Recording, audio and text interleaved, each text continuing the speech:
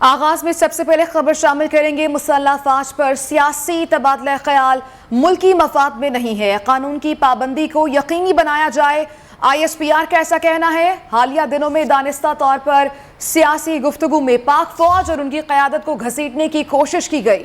مسلح افواج اور اعلیٰ قیادت کو براہ راست اور بلا واسطہ حوالوں سے تنقید کا نشانہ بنایا گیا۔ براہ راست یا بالواسطہ عوامی فورمز اور سوشل میڈیا سمیت مختلف فورمز پر یہ کوششیں کی گئی ہیں۔ سیاسی رہنما، صحافی اور تجزیہ کار غیر مصدقہ حد تک آمیز اور اشتعال انگیز بیانات کا یہ عمل انتہائی نقصان دہ ہے۔ پاکستان کی مسلح افواج سب سے توقع کرتی ہے کہ وہ قانون کی پاسداری کرے اور مسلح افواج کو ملک کے بہترین مفاد میں سیاسی گفتگو سے دور رکھے۔ مزید جانتے بیورو چیف اسلام آباد جاوید بلوچ ہمارے ساتھ موجود۔ جاوید بلوچ، کہیے گا اس تمام تر سچویشن میں آپ کیا نقطہ نظر رکھتے ہیں؟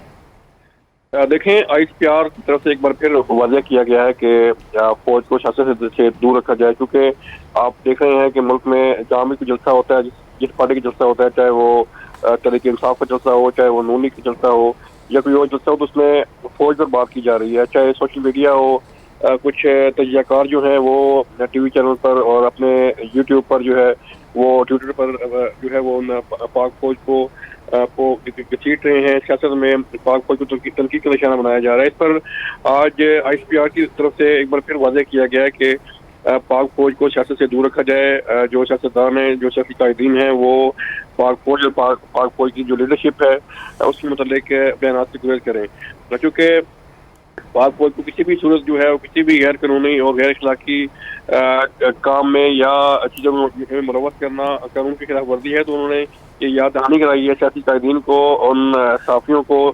تجزیہ کاروں کو کہ وہ قانون پر عمل کریں، کیونکہ پاک فوج سے متعلق جو ہے وہ DG ISPR پہلے بھی کئی دفعہ اپنی پریس کانفرنس میں اور اپنی اسٹیٹمنٹ میں جو ہے واضح کر چکے ہیں کہ پاک فوج کا نہ تو کوئی سیاست تعلق ہے اور نہ ہی جو ہے وہ پاک فوج سیاست میں جو ہے وہ دخل کر رہی ہے۔ تو اس پر آج پھر انہوں نے جو ہے وہ اپنی اسٹیٹمنٹ جاری کی۔ یہ تمام صورتحال کا نوٹس لیتے ہوئے جو ہے وہ پاک فوج نے واضح کیا ہے کہ پاک فوج کو سیاست سے دور رکھا جائے۔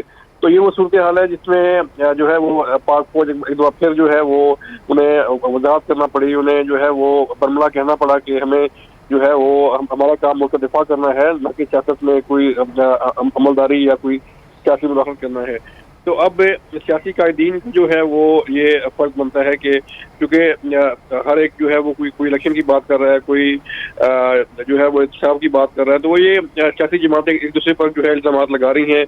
عمران خان جو ہے وہ مختلف اپنے انٹرویوز میں، اپنے بیانات میں، اپنے جلسوں میں جو ہے وہ پاک فوج سے متعلق باتیں کر رہے ہیں۔ اسی طرح مریم نواز نے بھی اپنے جلسوں میں بات کی ہے۔ تو اس پر آج پاک فوج نے پھر ایک بار ٹھیک ہے، اور کچھ سیاسی شخصیات کا ذکر کیا گیا ہے کہ ان کی جانب سے اس طرح کی باتیں کی جاتی ہیں۔ آپ ہمارے ساتھ ہی موجود رہیے گا جاوید، آپ سے مزید بھی اپڈیٹس لیتے رہیں گے۔ اینکر پرسن فواد احمد ہمیں جوائن کر چکے ہیں۔ فواد، کہیے گا ماضی میں بھی ہم نے دیکھا ہے اس طرح کے الزام تراشیاں کی جاتی ہیں، حق میں فیصلہ نہ آئے تو پھر کردار کشی تک بات چلی جاتی ہے، اداروں کو ٹارگٹ کیا جاتا ہے، اور اب برملا طور پر کھلے عام کہہ دیا گیا ہے کہ اس سب کو بند کیا جائے۔ دیکھیں، یہ اس وقت ہی ممکن ہوتا ہے کہ جس وقت پانی سر سے گزر جائے اور ایک سرٹن لمٹ جو ہے، ایک جو باؤنڈریز ہیں، جب ان کو کراس کر کے آگے کی جانب جایا جائے اور سیاسی قائدین جو ہے وہ فوج کو اور فوج کے کردار کو مختلف حوالوں سے تنقید کا نشانہ بنانے کی کوشش کریں، تو پھر ایسے موقع پہ ظاہر ہے کہ پھر ISPR کو سامنے آ کے وضاحت کرنے پڑتی ہے۔ اور ہم نے دیکھا کہ ایک مرتبہ پھر ایسا ہی ہوا ہے کہ فوج نے، ISPR نے سامنے آ کے اپنے موقف واضح کیا ہے کہ ہمیں سیاست سے دور رکھا جائے۔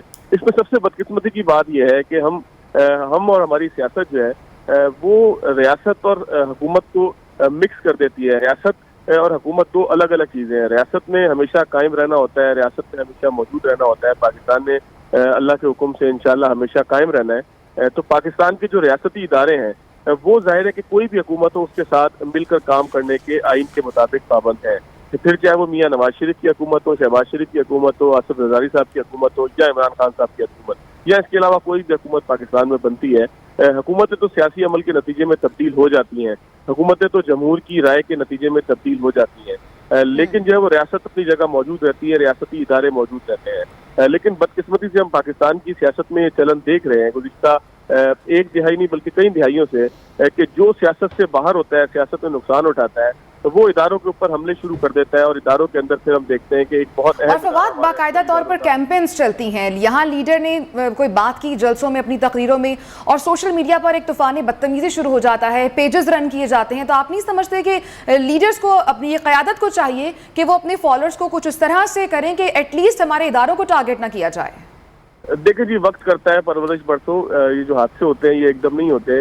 یہ اس طریقے سے لوگ رد عمل دینا شروع کر دیں، یہ اچانک نہیں ہوتا. ظاہر ہے کہ جب لیڈرشپ مستقل جو ہے وہ لوز ٹاک کرے، مستقل اداروں کو تنقید کا نشانہ بنائے، مستقل جو ہے وہ ریاستی افعال کو مفلوج کرنے کی کوشش کرے، ان کو تنقید کا نشانہ بنائے، ان کو جو ہے وہ کٹہرے میں کھڑا کر کے ان سے جواب دہی کی کوشش کرے، ان سے یہ کہے کہ جو آپ سے غلطی ہوئی تھی اس کو درست کر لے، ان سے یہ کہے کہ جی آپ کے فلانا علاقے کے جو کمانڈر تھے انہوں نے یہ کیا اور فلانا علاقے کے کمانڈر نے کچھ اس طریقے سے کیا، اور ہم کس طریقے سے جو ہے وہ اس ادارے کا استعمال چاہتے تھے، لیکن ادارے کا استعمال اس طریقے سے نہیں ہو سکا، شاید وہ ہماری مرضی اور منشا کے مطابق نہیں ہو سکا. تو یہ ساری چیزیں جب آپ کے مستقل بیانات آ رہے ہوتے ہیں تو اس کا رد عمل پھر الٹیمیٹلی سیاسی کارکنان کے اندر بھی آتا ہے. ظاہر ہے کہ لیڈر کی یہ ذمہ داری ہوتی ہے کہ وہ قوم کو ایک ڈائریکشن دے اور قوم کو ایسی سمت لے کے جا سکے کہ جہاں پر تباہی کے بجائے جو ہے وہ کچھ مثبت کام ہو سکے، کچھ ایسا تعمیری کام ہو سکے کہ جو ملک اور قوم کے فائدے کے لیے ہو.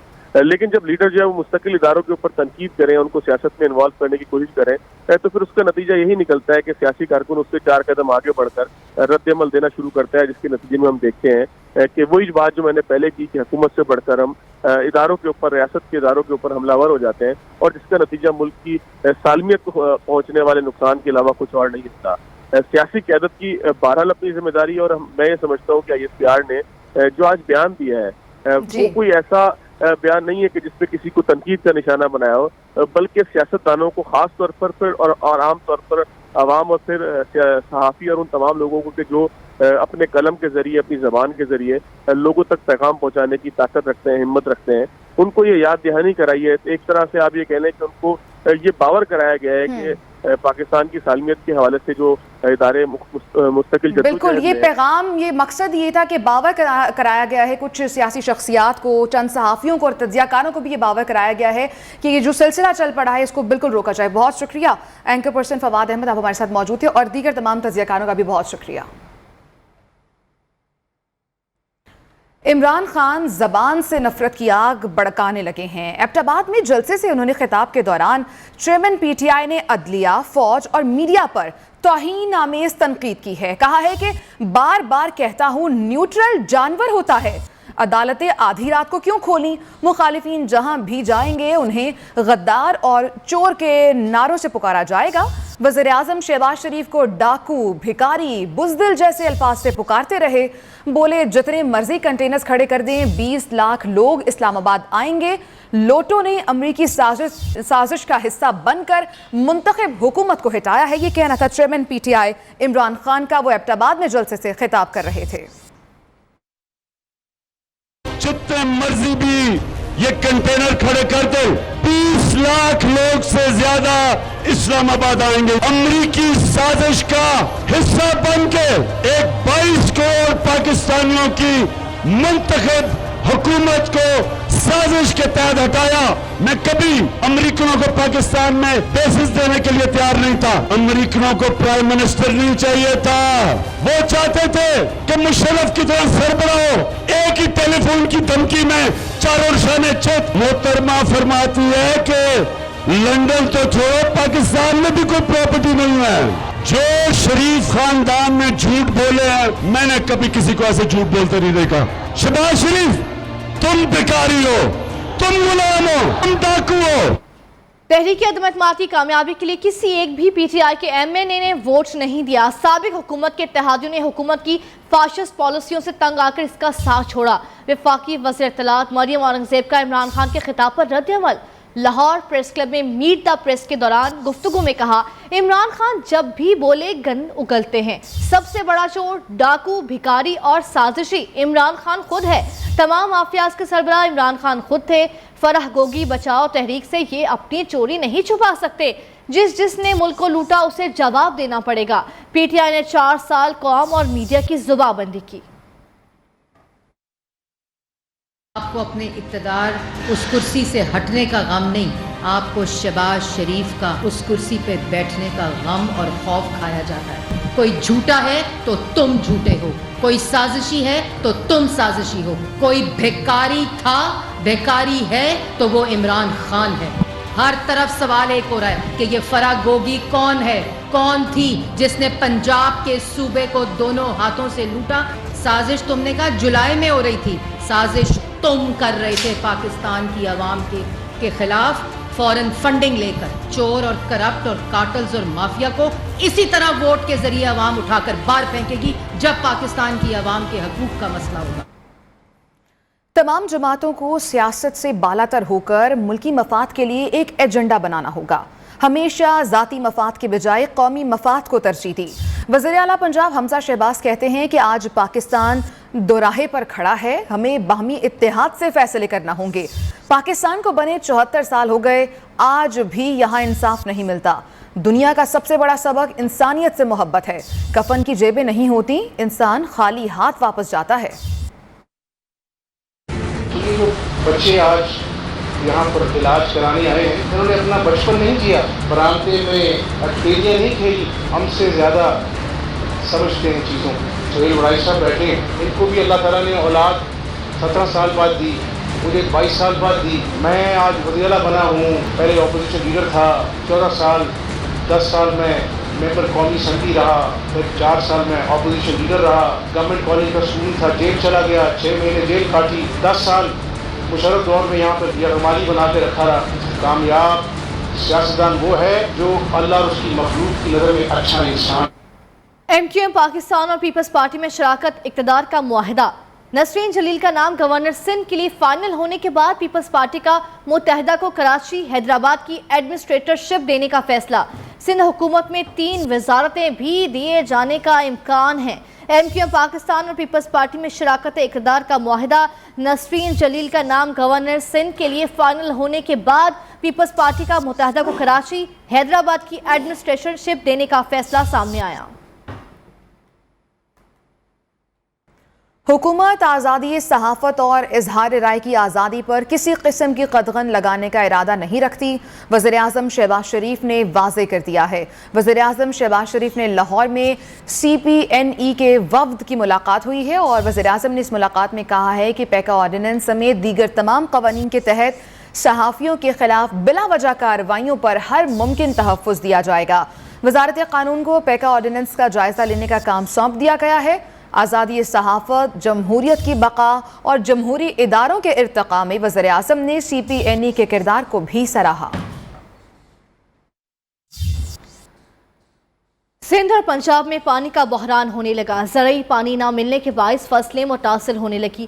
ٹھٹھا، نوشہر و فیروز، ٹنڈو والا یار سمیت مختلف علاقوں میں کاشتکار پریشان ہیں۔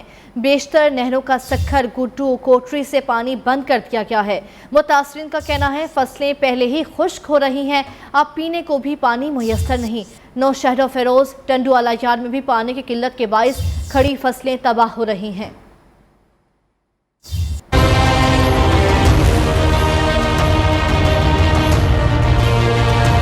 سندھ اور پنجاب میں پانی کا بحران سنگین، کاشتکار پریشان، زرعی پانی نہ ملنے کے باعث فصلیں متاثر ہونے لگی۔ سندھ کے سکھر، گڈو اور کوٹری تینوں بیراجوں کو پانی کی بدستور قلت کا سامنا۔ دریائے سندھ میں گڈو بیراج سے پانی میں شدید کمی کے باعث گھوٹکی، سندھ بیگاری اور پٹ فیڈر بند ہو گئے۔ سکھر بیراج پر پانی کی کمی 48% سے بڑھ کر 50% تک ہو گئی۔ بیراج سے نکلنے والی کئی نہروں میں پانی کم کر دیا گیا۔ پانی بند ہونے پر لاکھوں ایکڑ زمین پر فصل شدید متاثر۔ ٹھٹھا، کیٹی بندر، میرپور ساکرو، گھوڑا باری میں شہری اور مال مویشی پانی کی بوند بوند کو ترس گئے۔ ٹھٹھا میں پانی کی تقسیم کے لیے نصب مین گیٹ ٹوٹ پھوٹ کا شکار۔ گیٹ ٹوٹنے کے باعث پانی کی منصفانہ تقسیم نہیں ہو رہی، محکمہ آبپاشی خاموش۔ حیدرآباد میں کوٹری بیراج سے پانی کے اخراج میں کمی کی صورتحال تاحال بہتر نہ ہوئی، جبکہ نوشہر و فیروز، ٹنڈو والا یار میں پانی کی قلت کے باعث کھڑی فصلیں تباہ ہو رہی ہیں۔ ملتان سمیت جنوبی پنجاب بھر میں کسان نہری پانی کی بوند بوند کو ترس گئے ہیں۔ کاشتکاروں نے خادم پاکستان شہباز شریف سے مدد کی اپیل کر دی ہے۔